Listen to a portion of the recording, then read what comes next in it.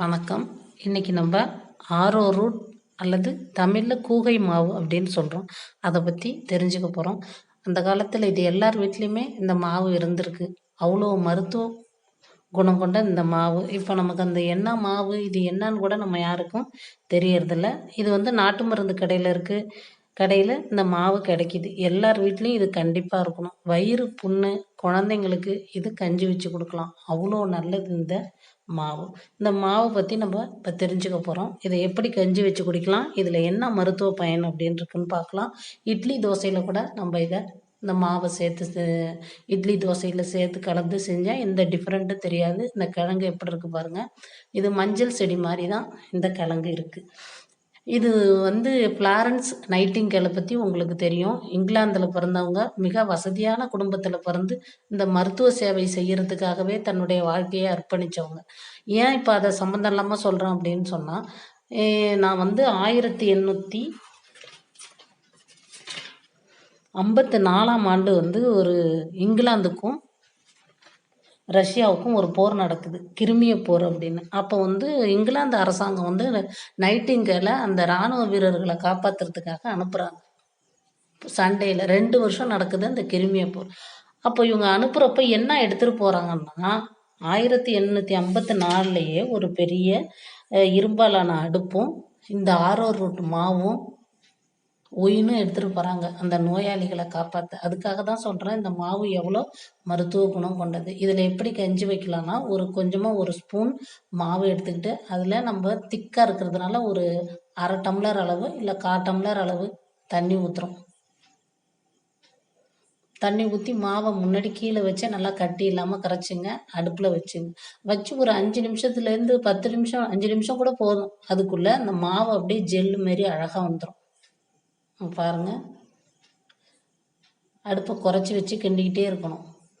நம்ம அந்த காலத்தில் வடித்த கஞ்சி குடிப்போம். அப்போ அவ்வளோ வாசமாக இருக்கும். சாதம் வடித்தோடனே கிராமத்தில் எல்லோரும் அந்த கஞ்சியை உட்காந்து குடிப்பாங்க. அவ்வளோ டேஸ்ட்டாக இருக்குது. நானும் குடிச்சிருக்கேன் அதை. ஆனால் இப்போ உள்ள சாதம் யாரும் வடிக்கிறதில்ல, ஒன்றும் இல்லை.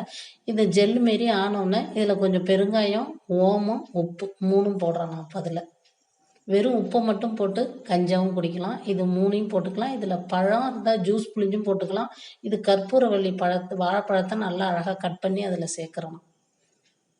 சேர்த்த உடனே இறக்கிடலாம். அவ்வளோதான், ரொம்ப சிம்பிள். வயிறு புண்ணுன்னா உடனே நம்ம இந்த கஞ்சை வச்சு குடிச்சிடலாம்.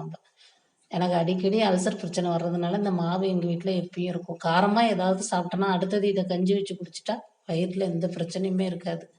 ஒரு வேளை உணவாக கூட நீங்கள் இதை எடுத்துக்கலாம். அதுவும் குழந்தைங்களுக்கு கண்டிப்பாக இதை நீங்கள் செஞ்சு கொடுக்கலாம். அவ்வளோ மருத்துவ குணங்கள் இருக்குது இந்த மாவில்.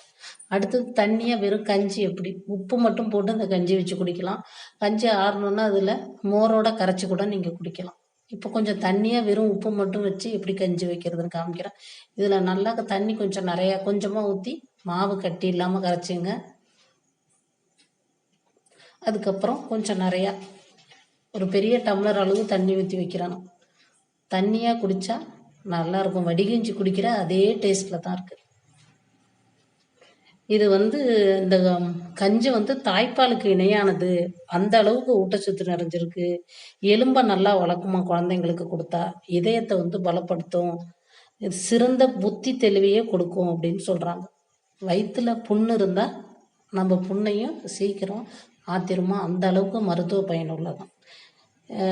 நைட்டில் கண்ணு முழிக்கிறவங்க, அவங்க அவ்வளோ டயர்டாக இருக்கிறவங்க, ஸ்ட்ரெஸ்ஸாக இருக்கிறவங்க இந்த கஞ்சி எடுத்துக்கலாம் அப்படின்னு சொல்கிறாங்க. இதில் ஓமம், பெருங்காயம், சுக்கு பொடி, பழச்சாறு இதெல்லாம் கலந்து கூட குடிக்கலாம்.